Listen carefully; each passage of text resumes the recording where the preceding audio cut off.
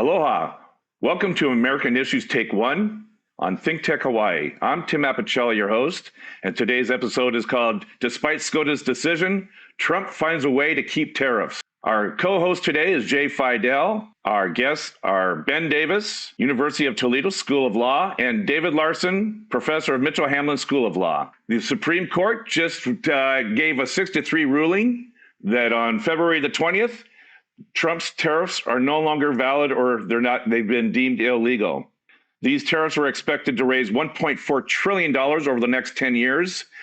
This ruling does not affect Section 232, which is tariffs on steel, aluminum, automobiles, heavy trucks, things of that nature. Those tariffs will continue, but over 160 billion in illegal tariffs must be paid back and refunded. How that happens, that's anyone's guess.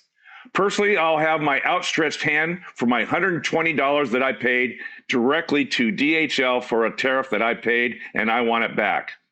Jay, straight to you. Okay, so we have this Section 122.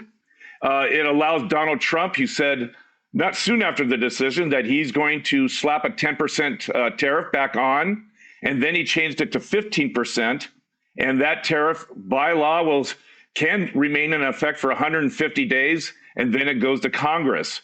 What does Donald Trump gain for 150 days in the face of a SCOTUS 6-3 ruling? What does he gain out of that? He's really in deep kimchi. And if you guys don't know what that means, it's a Hawaii word, and it means trouble. So what happened here is he lost big time. Even if it's not all the tariffs, it's most of the tariffs. And to the world and to the country, even to his MAGA support, he looks bad. And you really wonder, what the Supreme Court was doing here. I mean, a 6-3 against him. And then he began calling them names. Oh, it's unbelievable how a president could call the Supreme Court, many of whom he appointed, names like that, and their families. Incredible. So right now he's in deep kimchi. And you're right, Tim, people are going to wonder where their money went. Not only ordinary consumers, but wholesalers and retailers and importers and the like. Where did their money go? They paid, billions and billions of dollars. I forget the total number. I think there's some controversy over the total number that the federal government collected on that. So I think that he's lost face in so many ways. And that's why he responded so immediately with the 10% and then changed his mind to 15%, which is actually a bad move because he's going to have trouble collecting tariffs going forward. And to change it all in the same day from 10 to 15, that's a 50% increase, That's a lot of bread when you're talking about percentage increases. So he looks bad for the second imposition of the second retaliatory tariff. He's retaliating against the Supreme Court is what he's doing. So I think the big question here is how do you get your refund? How do the wholesalers, retailers, and importers get their refund? And is he sitting down, is he really going to give you a refund? Because he doesn't abide by the law, for that matter. He doesn't abide by the court's rulings. One joke is, if you don't like the Supreme Court's decision, appeal it once. Who do you appeal to? There is no appeal. And it's not at all clear. You mentioned Congress at the end of the 150 days. It's not clear at all that Congress is going to go his way. He's lost all kinds of credibility in Congress. They may not go his way. Now, gosh, what's going to happen between now and the end of that period, which is in July? Things could happen that make Congress even less loyal to him. So I think, it doesn't end. It doesn't end now, and it doesn't end in July. He's in deep kimchi. I'll go off topic a little bit here on this one. To what degree is it wise to insult a Supreme Court justice, specifically saying that they're a disgrace to their family, they're an embarrassment to the nation, or a disgrace to our nation? Supreme Court justices are human beings. And these comments are directed at the ones that he appointed or had a hand in appointing. Is there any downriver effect from this kind of insults to a Supreme Court justice? I'm sure presidents before have disagreed with Supreme Court decisions, but have we ever had a president actually call them out and personally just, try to insult them? Let me ask Ben how you say we will see in French. How do you say that? On verra, on verra. They're not only people, with emotions and, psychological responses. They're Supreme Court justices, and they're used to having their way. They've been, successful in the practice of law, whatever they came from in their academic careers, in their legal practices. They don't like being tossed this way. They don't like being criticized and insulted this way. They're going to carry that around. All of them are going to carry that around. So I expect that he's going to pay a price for insulting them. It was, how we say this in French, stupid to insult them that way. I agree.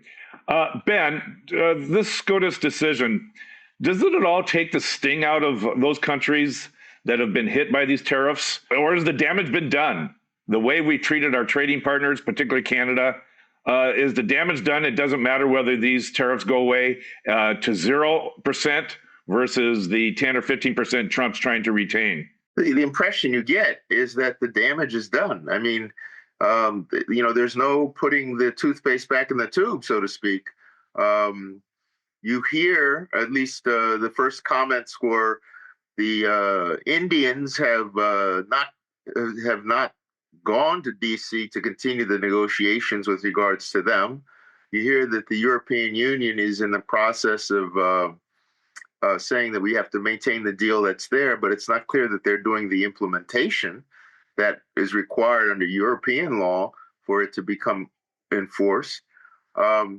Here in Canada, Canada, I believe, is taking the point of view that the numbers are as agreed up till now, and they're not going to try to start a renegotiation.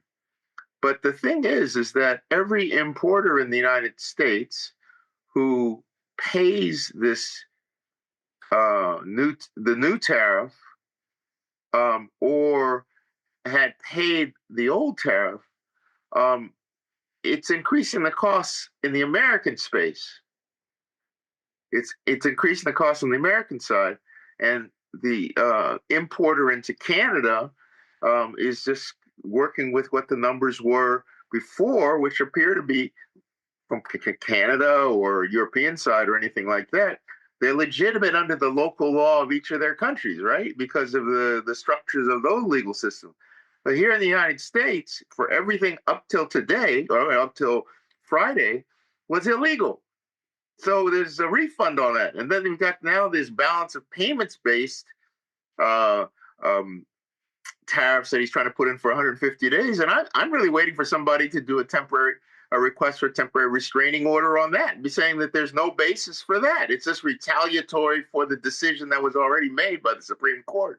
And there isn't the kind of quote unquote balance of payments problem that allows the power of the president to do that. So it's here that all these things get complicated in terms of refunds to anybody who has to pay even this 150 days forward, assuming that also that Congress doesn't approve it after that.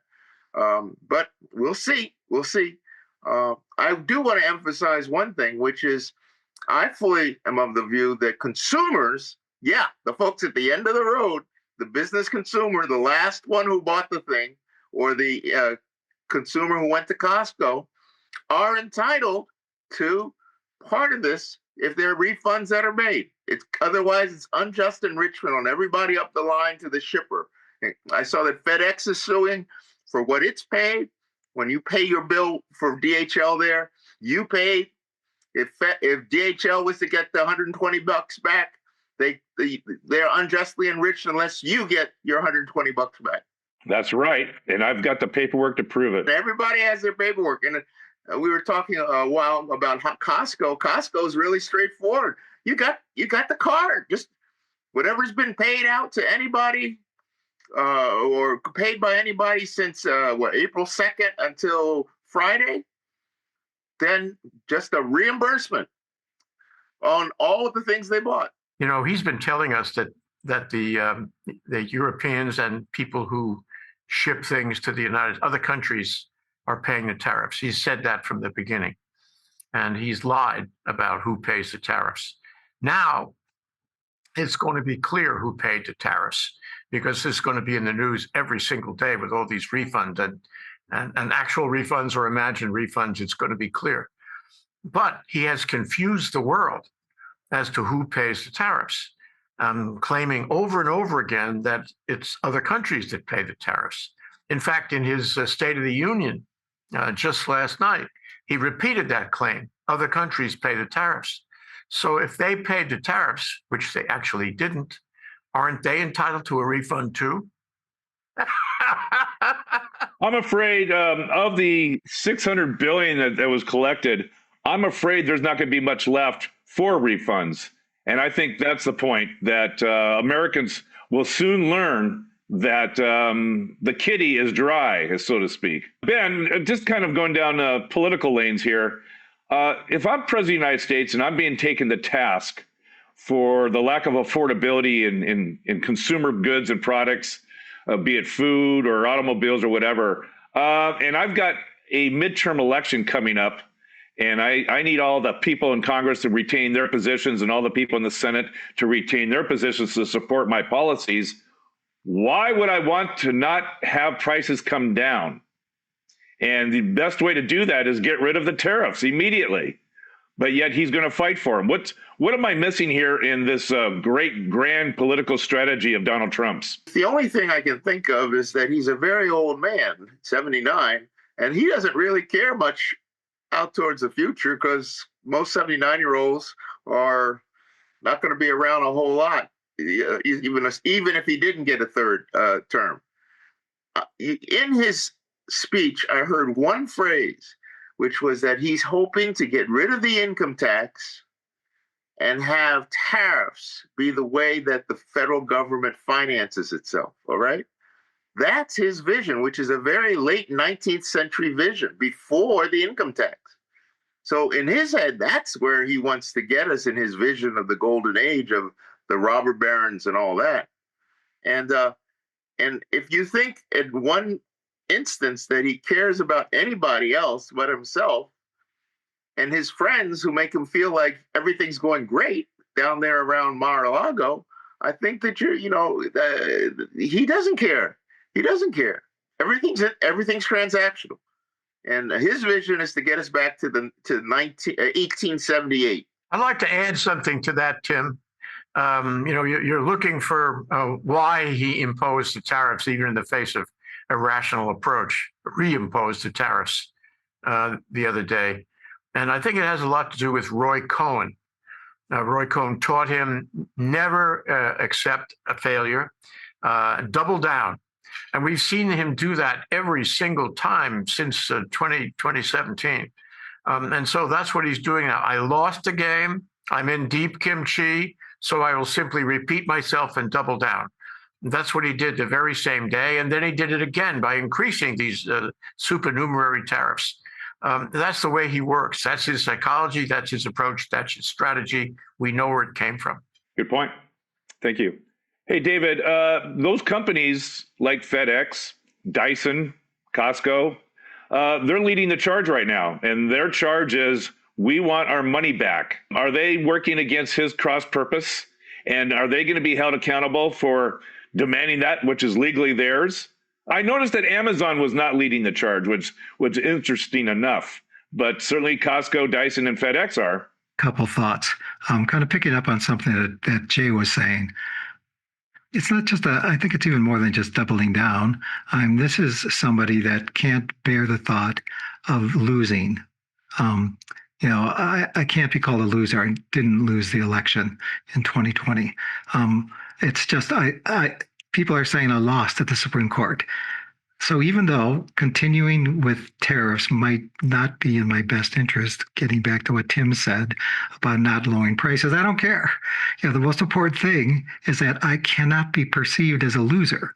So I'm going to do something else to maintain my tariffs. And then I can say, well, I still have tariffs. I'm still a winner. And Ben made a nice point, and it's a fine point. But that section 122 basically says that you have some power to impose tariffs when there's a balance of payments problem. A balance of payments problem is not the same as a trade deficit. So right off the top of the bat, there's a question about whether or not there's any authority under Section 122 of the 1974 Trade Act to allow them to do this anyway. Clarify the difference between a balance of payments versus a trade deficit for our audience. Yeah, balance of payments it would take into consideration all kinds of international transactions, not just import-export duties, but whatever else is going on in terms of international purchases that have nothing to do with commercial trade. It's just a broader concept. And that's the language the statute uses. And because that's the language the statute uses, you make a good argument that he doesn't have authority to impose these trade tariffs under that particular statute. Getting back to your question, if you lead the charge against Trump, does that make you an enemy? Of course it does. Anybody that challenges his authority is going to be attacked.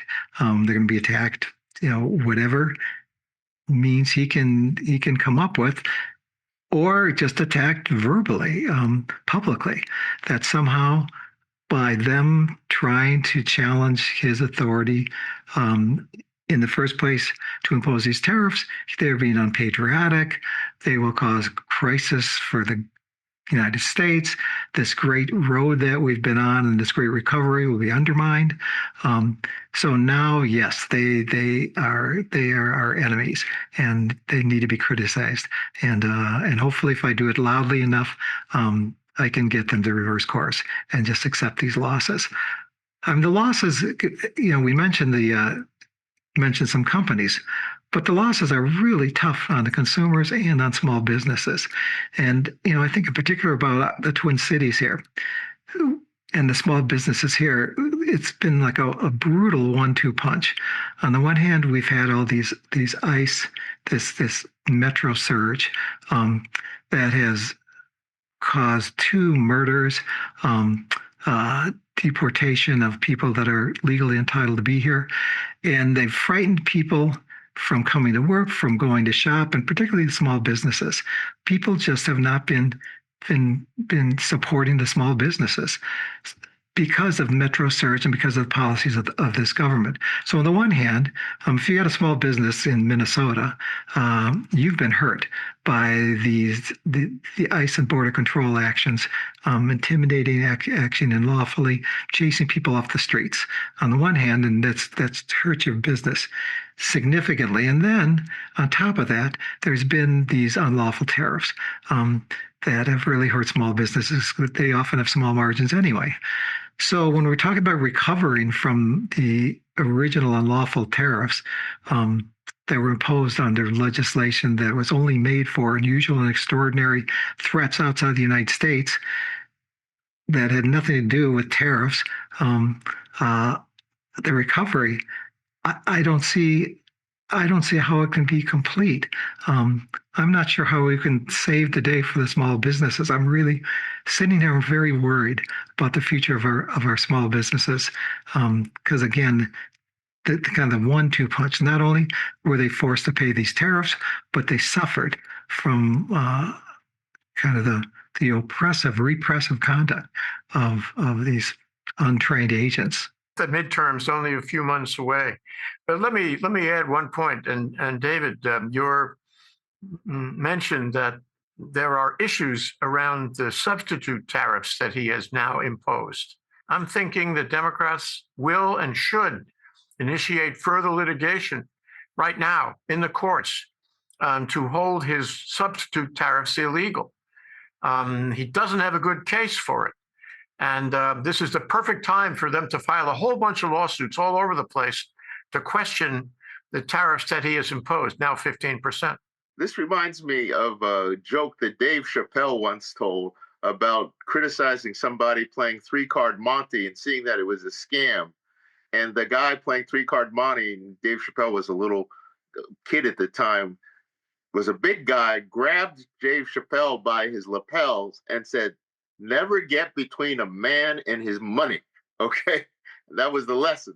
And so, if your money is coming from the federal government, you're going to be quiet. Like Amazon is going to be quiet because they're trying to get these contracts with the federal government. But if you're not making money off the federal government and getting a piece of that action, I can see all of these business people saying, don't get between me and my money.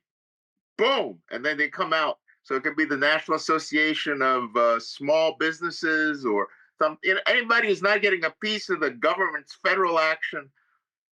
They don't care about being liked.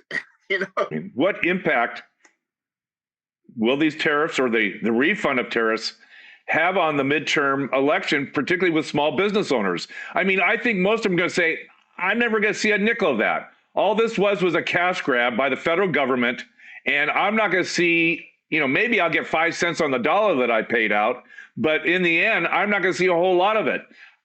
Does that put a sour grape in your bowl of breakfast cereal in the morning? And does that affect your vote come the midterms? You betcha. They're ticked off already about the tariffs, and now they're going to be ticked off. The tariffs were never legal in the first place. And they're going to be ticked off when he doesn't repay the tariffs, and I don't think he will.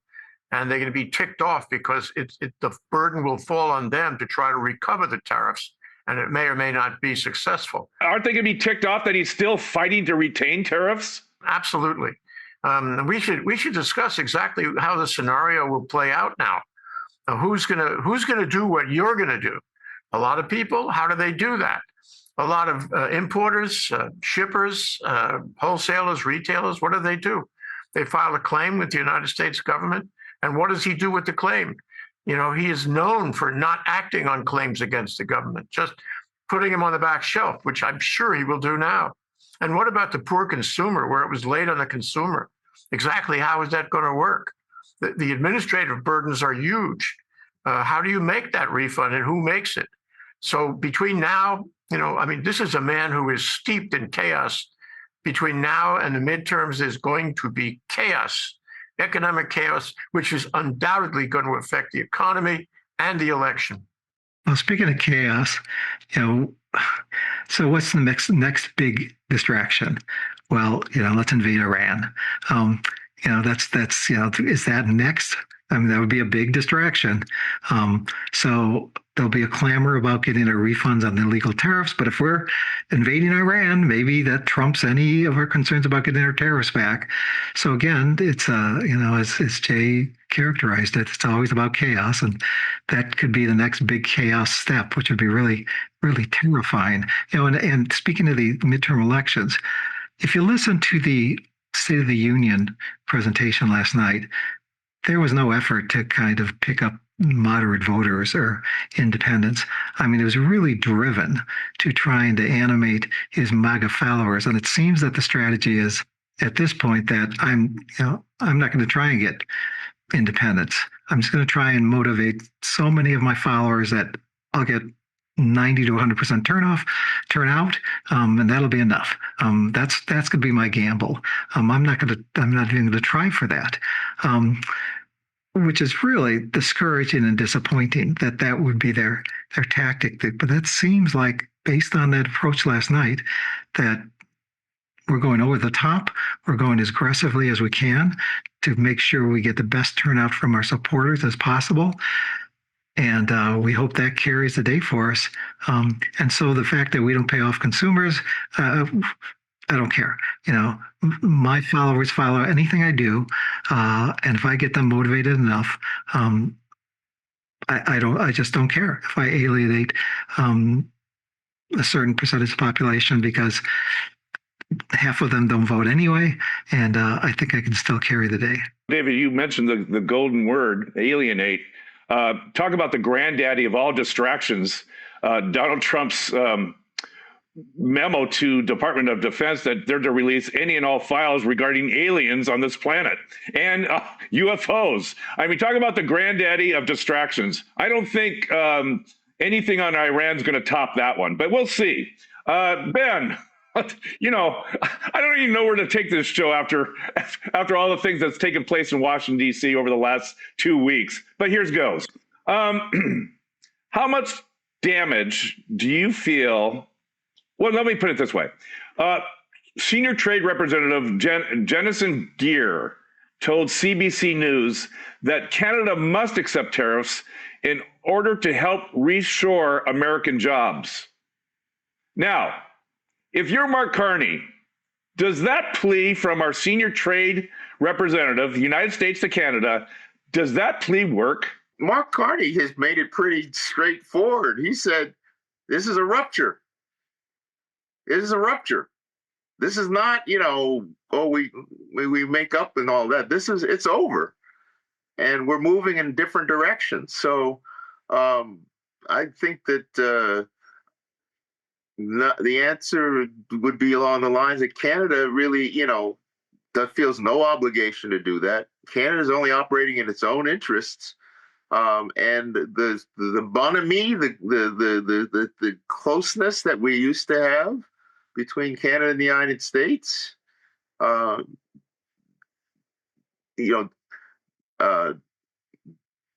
Trump's administration has burned that bridge, it reminds me of the situation when somebody gets a divorce where the lawyer advises them they never have to speak to that person again. That's kind of the sense you get up here, is that we've got this neighbor to the south to deal with, but purely Canadian interests are operating. I would say one other thing, which is that if I was a small business, what I would do is I would vote for Democrats. Why? Because you remember in 2008, what did the Democrats do when Obama came in? They did a bailout. They did all these huge bailouts for everybody who was losing money with regards to the crisis then. And, you can count on the Democrats to simplify things if you push them to have, checks be written to me as a company. Totally ignoring my consumers. Okay, forget the consumers. I'm sorry to say it like that, but that's the kind. If getting between a man and their money, I could see why they would do that, especially with the attitude that Trump has. And then Trump will take credit for it because he'll have his name written on the checks. Okay, it's just. Sorry, I just retaliate. I think you're onto it. I think you're spot on. David, we're going to wrap up here pretty quick, but to what extent have these tariffs, as Ben has said, permanently damaged our relationship with our trading partners? Or is this something that over time will, there'll be a scab and, there'll be a scar, but the wound will be healed, so to speak? Which way does this go? Well, if you're a student of international relations, countries remember and people remember, sometimes for centuries, sadly. I think that there have been some serious wounds created by this. Can a new administration say that we are so unlike the previous one? Give us a second chance? Yeah, you can try and sell that. But I think this idea that America is a leader, it's somebody who can depend on, they'll have our back, that's gone. I mean, the world's not looking at us like that anymore. To regain that posture is going to be extremely difficult. So the injuries that this administration has done are going to be long lasting. I'm going to go to last thoughts, and Jay, I'll start with you. And I'll start with Roy Cohn. It wasn't only that he taught Trump how to deny and double down. He taught him how to do distraction. Gee, all those things begin with a D, don't they? And we've seen that so many times with distraction. And the more embarrassing the failure is on Trump's part, the more distraction, the more outrageous the distraction. So, of course, as David mentioned, we have the potential and likely distraction of a significant altercation in the Middle East with Iran.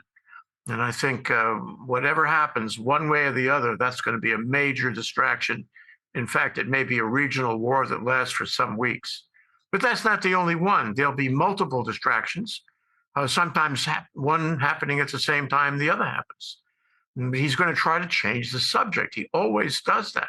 So between now and the midterms, while this is all fomenting underneath, hurting him underneath, Now, he'll try to distract us from remembering it. And I might add that, Ukraine, I don't know how he can handle Ukraine to look good or even to look like a distraction.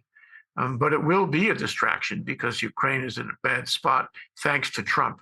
So what I think we have going forward is a whole series of distractions, and he's going to try to change the subject over and over again so we don't remember what happened with this tariffs case.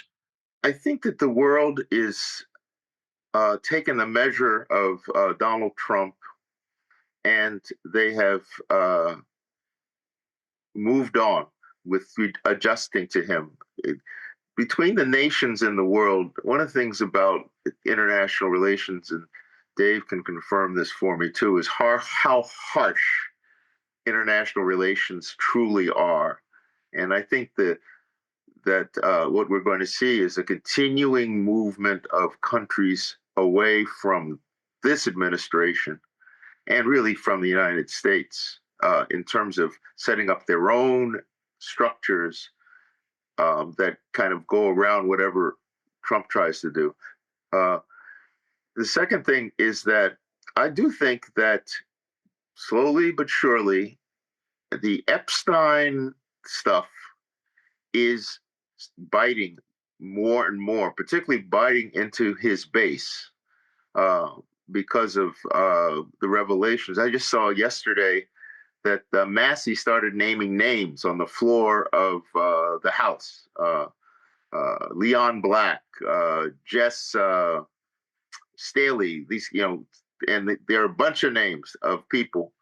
And with what's happening overseas with regards to countries doing investigations, I would tell you that having lived in France, once the French start that machine working, that machine is relentless in a way that we don't really appreciate here in the United States. So just to pick one. So I think that is going to keep working on him. So in sum, is like the world moving away and the Epstein thing really continuing to weaken who he is. By the way, I wonder, when is anybody in this administration going to resign over what the revelations of the Epstein thing are? I think the Epstein thing goes hand in hand to what everyone's saying, Jay, you, David, about distractions. And I think any distraction from the Epstein files is the motivation of what we see and why we see it. They just found 4 interviews the FBI did on a victim, and they are hiding those documents, those interviews. And they're even telling that the court can't, enforce the Transparency Act as a result of those 4 document interviews. Now, I think they're called 301s, the FBI interview pages. So anyway, well, more on that. I think you're spot on, Ben. David, your final thoughts. So there's distractions that require a response and some don't. For example, Greenland is a distraction. Does it require a response? Not necessarily. This idea that we're just going to take over Greenland. Nothing's really happened. It's just out there. But when you take people's money away with unlawful tariffs, when you've committed illegal acts that probably are documented in the Epstein files, those kinds of things require a response. So I think there's distractions and distractions. The kinds of distractions that are so serious that they require a response, and the tariffs are now one of those. This whole idea of compensation and repayment. I don't know how many of those you can continue the scaffold. You can have lots of other, you can do distractions that don't necessarily touch the consciousness or pop a wallet of Americans. Something happened in Venezuela. It's so far away. I don't know in Venezuela. It doesn't really touch me. Tariffs touch me. If there was statutory rape on Epstein's Island, that touches my morality very closely. So one thing I think may happen, we may be getting to the point where there are such significant failings that have to be addressed that the distractions aren't going to be enough. that people are going to still clamor for that response. There's been too many of these. I need my money back. I'm tired of being deterred about the Epstein files. The cumulative effect of the things that are now really grabbing my attention may turn the tide. Excellent point. If that's only true. Okay, we'll leave it there. I'd like to thank my co-host, Jay Fidell. I'd like to thank our guests, Ben Davis and David Larson. I'm Tim Apicella, host of American Issues Take One. In this episode, the title was Despite SCOTUS Decision, Trump Finds a Way to Keep Tariffs. I want to thank you for watching, and won't you join us next week? And until then, aloha.